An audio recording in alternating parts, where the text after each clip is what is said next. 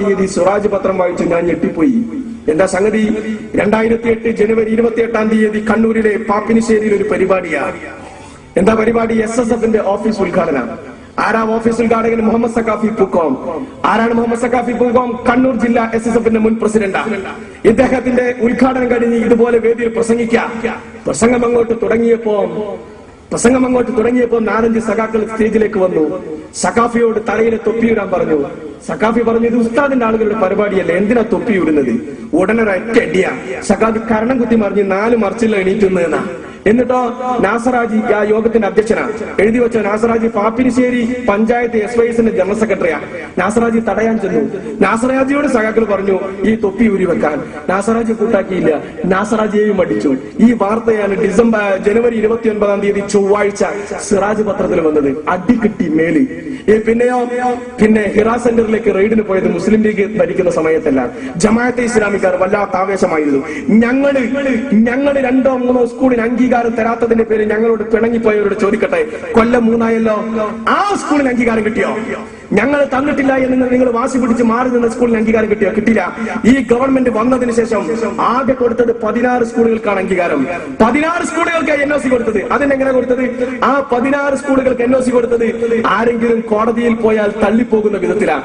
ഒരാൾ കോടതിയിൽ പോയി 16 സ്കൂളിന്റെ അംഗീകാരവും തള്ളി. ഞാൻ ചോദിക്കട്ടെ, മാന്യമായിട്ടും ഈ ഗവൺമെന്റ് എന്താ ചെയ്യേണ്ടത്? ഈ 16 സ്കൂളുകൾക്ക് അംഗീകാരം കിട്ടാൻ സുപ്രീം കോടതി പോണ്ടേ? പോയോ? ബേബിയുടെ ഗവൺമെന്റ് പോയിട്ടില്ല എന്ന് മാത്രമല്ല, പാർട്ടിയും മന്ത്രിസഭയും തീരുമാനിച്ചു ഇനി അതിനു വേണ്ടിയിട്ട് സുപ്രീം കോടതിയിൽ അപ്പീൽ പോകണ്ട. ഇപ്പൊ ആ മാനേജ്മെന്റുകൾ ഒറ്റക്ക് പോവുക. ഞങ്ങളെ കല്ലെടുത്തെറിയാൻ നിങ്ങൾ കാണിച്ചു. ആകെ കിട്ടിയത് വഖഫ് ബോർഡ് ഹജ്ജ് കമ്മിറ്റിയുടെ ചെയർമാൻ സ്ഥാനം. ആ ചെയർമാൻ സ്ഥാനം പോലും സ്വതന്ത്രമായി പ്രവർത്തിക്കാൻ അനുവദിച്ചില്ല. ഒരു വേള ബഹുമാനിയായ അബ്ദുൽ ഹമീദ് സാഹിബിന് രാജിവെക്കേണ്ടി വന്നു, രാജ്യഭീഷണി മുടക്കേണ്ടി വന്നു.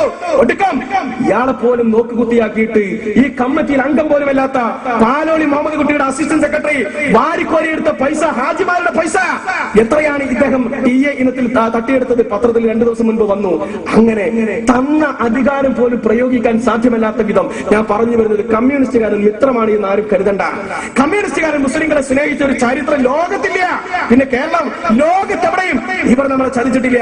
വഖഫ് ബോർഡിന്റെ ചെയർമാൻ സ്ഥാനം പോലും നിങ്ങളുടെ കൂട്ടത്തിൽപ്പെട്ട ഒരാൾക്ക് വാങ്ങിയെടുക്കാൻ നമുക്ക് സാധിക്കാതെ പോയി. ഞാൻ ചോദിക്കട്ടെ, വഖഫ് ബോർഡിന്റെ ചരിത്രത്തിൽ ഇങ്ങനെ ഉണ്ടായിട്ടുണ്ടോ? ഞങ്ങൾക്ക് ഒരിക്കലും വിശ്വാസമില്ല. KV അബ്ദുൽ ഖാദർ എന്ന് പറയുന്ന MLA ബഹുമാനായ ഹുസൈൻ മടവൂരിനേക്കാൾ പ്രഗത്ഭനാണെന്ന് ഞങ്ങൾക്ക് അഭിപ്രായമില്ല. അലിയത്തുള്ള മൗലവിയേക്കാൾ പ്രഗത്ഭനാണെന്ന് ഞങ്ങൾക്ക് അഭിപ്രായമില്ല.